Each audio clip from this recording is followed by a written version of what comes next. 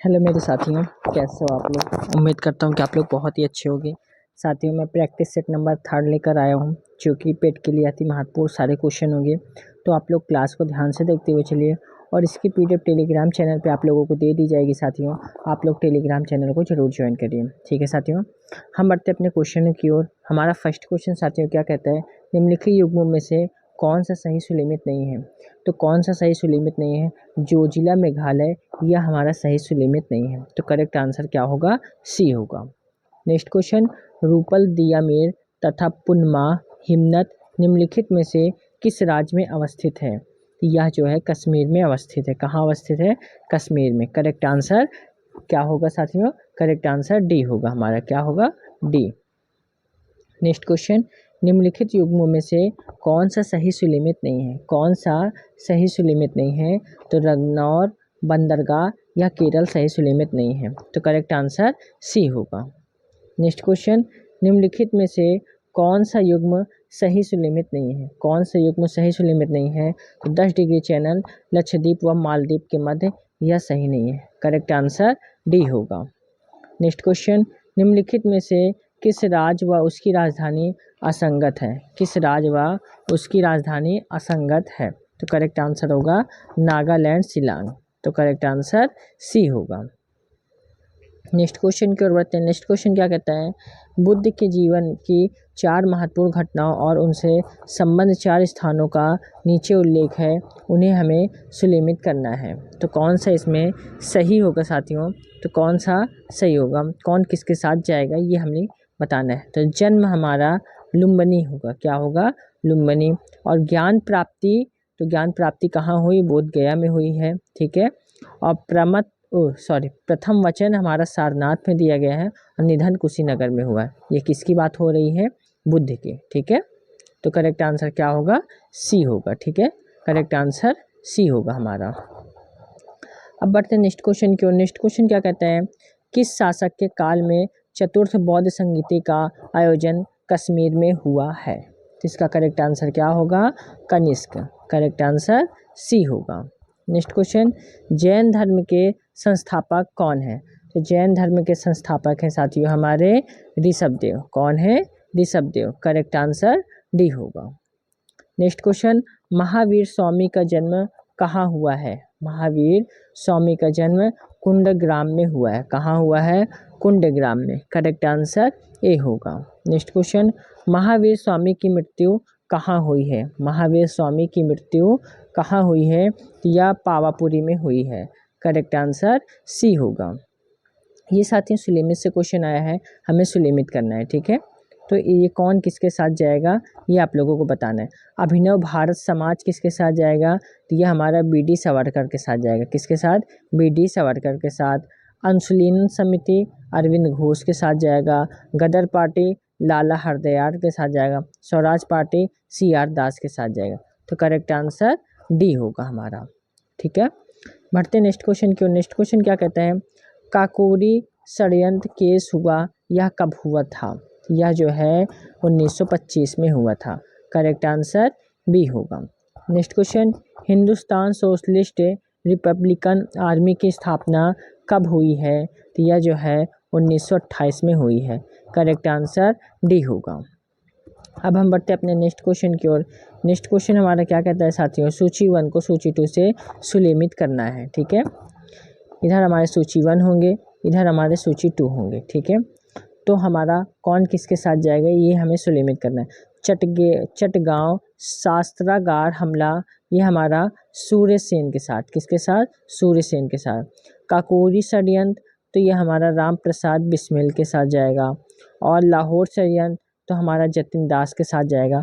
गदर party लाला हरदयाल के साथ जाएगा। तो कौन सा हमारा सही हुआ, तो हमारा सही हुआ option number C. Option number C बिल्कुल करेक्ट आंसर होगा। नेक्स्ट क्वेश्चन, गदर पार्टी की स्थापना किस वर्ष में हुई थी। तो गदर पार्टी की स्थापना किस वर्ष में हुई थी, तो यह 1913 में हुई थी। करेक्ट आंसर बी होगा। नेक्स्ट क्वेश्चन, खिचड़ी पकाना मुहावरे का अर्थ क्या होगा। तो खिचड़ी पकाना मुहावरे का अर्थ होगा किसी षड्यंत्र की तैयारी करना। किसी षड्यंत्र की तैयारी करना। करेक्ट आंसर सी होगा। नेक्स्ट क्वेश्चन, चीर यानी चीर का अर्थ क्या है? तो इसका अर्थ है हमारा पुराना कपड़ा। क्या होगा? पुराना कपड़ा। करेक्ट आंसर सी होगा। नेक्स्ट क्वेश्चन, कौन सा वाक्य हमारा शुद्ध है? तो दही खट्टा है, यह हमारा शुद्ध होगा। करेक्ट आंसर बी होगा। नेक्स्ट क्वेश्चन, गुरु के समीप रहकर अध्ययन करने वाले के लिए एक शब्द क्या होगा? तो एक शब्द होगा अंतेवासी। क्या होगा? अंतेवासी। करेक्ट आंसर डी होगा। नेक्स्ट क्वेश्चन, ठेठ हिंदी का ठाठ के लेखक कौन है? ठेठ हिंदी के ठाठ का लेखक कौन है? यह जो है अयोध्या सिंह उपाध्याय है। करेक्ट आंसर सी होगा हमारा। ठीक है साथियों, बढ़ते हैं नेक्स्ट क्वेश्चन की ओर। नेक्स्ट क्वेश्चन क्या कहते हैं हमारा, योजना आयोग के स्थान पर नीति आयोग का गठन कब हुआ है? तो यह जो है कब हुआ है साथियों? तो यह जो है हमारा 1 जनवरी 2015 को हुआ है। करेक्ट आंसर ए होगा हमारा। ठीक है साथियों, नेक्स्ट क्वेश्चन की ओर। भारत में पहली पंचवर्षीय योजना का आधार क्या था? भारत में पहली पंचवर्षीय योजना का आधार था हमारा Harold Domar model. Correct answer A होगा। ठीक है साथियों, बढ़ते हैं नेक्स्ट क्वेश्चन की ओर। नेक्स्ट क्वेश्चन क्या है हमारा, मुद्रा की दशमलव प्रणाली के साथ प्रचलित नया पैसा कब पैसा हो गया है? तो यह जो है कब पैसा हो गया है? करेक्ट आंसर क्या होगा हमारा? तो 1 जून 1964 से। करेक्ट आंसर सी होगा।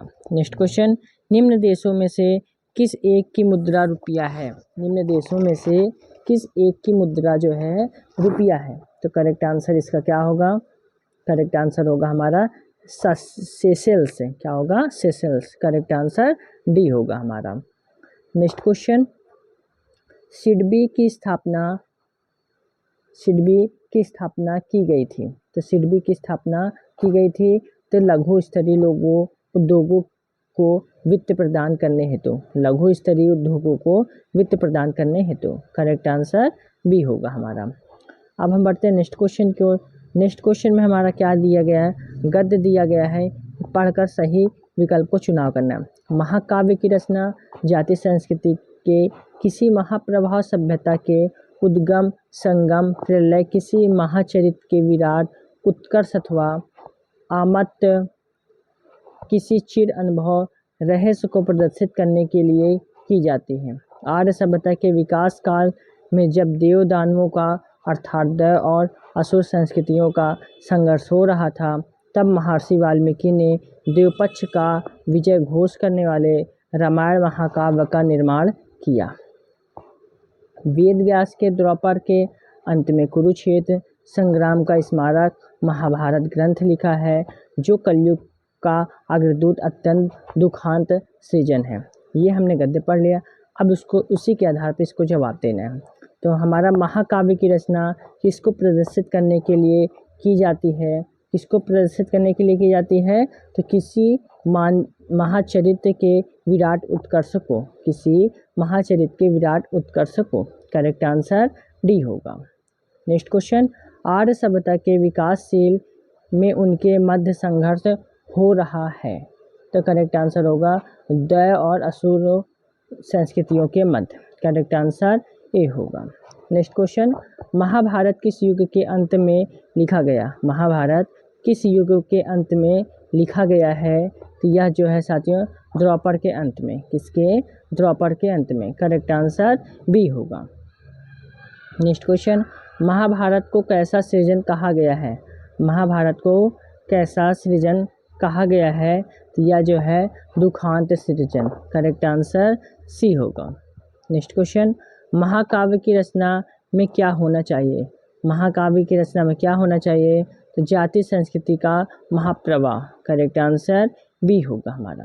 ठीक है साथियों, अब इसमें गद्य को और को सही पढ़कर इसमें जो है सही विकल्प का चुनाव करना है। हम लोग जब हिंदी की सेवा करने की बात सोचते हैं तो प्रायः भूल जाते हैं कि यह लाक्षणिक प्रयोग है। हिंदी की सेवा का अर्थ है उस मानव समाज की सेवा जिससे विचारों के आदान प्रदान का माध्यम हिंदी ही है। मनुष्य बड़ी चीज़ है, भाषा उसी की सेवा के लिए। साहित्यिक सृष्टि का भी यही अर्थ है। जो साहित्य अपने आप के लिए लिखा जाता है उसकी क्या कीमत है मैं नहीं कह सकता हूँ, परंतु जो साहित्य मनुष्य समाज को रोग शोक दरिद्रता अज्ञान तथा प्रमुख पेचतक से बचाकर उसमें आत्मबल का संचार करता है वह निश्चय ही आशय अच्छे निधि है। ठीक है, इसके आधार पर इसको जवाब देना है। तो इसका करेक्ट आंसर क्या होगा? प्रमुखापेक्षिता का अर्थ क्या होगा? तो इसका अर्थ क्या होगा साथियों? इसका अर्थ होगा हमारा दूसरों से आशा रखना। करेक्ट आंसर ए होगा। नेक्स्ट क्वेश्चन, कौन शब्द स्त्रीलिंग नहीं है? कौन सा शब्द है जो हमारा स्त्रीलिंग नहीं है? तो इसमें से जो है प्रयोग हमारा स्त्रीलिंग नहीं है। करेक्ट आंसर सी होगा। नेक्स्ट क्वेश्चन, इस गद्यांश में प्रयुक्त अर्थ शब्द का अर्थ नहीं है। प्रयुक्त अर्थ शब्द का अर्थ नहीं है, इसका करेक्ट आंसर होगा हमारा धन। करेक्ट आंसर सी होगा। नेक्स्ट क्वेश्चन, कौन शब्द एक वचन है? कौन शब्द एक वचन है? तो अच्छा शब्द हमारा एक वचन हुआ। करेक्ट आंसर सी हुआ। नेक्स्ट क्वेश्चन, माध्यम का बहुवचन क्या होगा? तो माध्यम का बहुवचन होगा माध्यमों। करेक्ट आंसर डी होगा।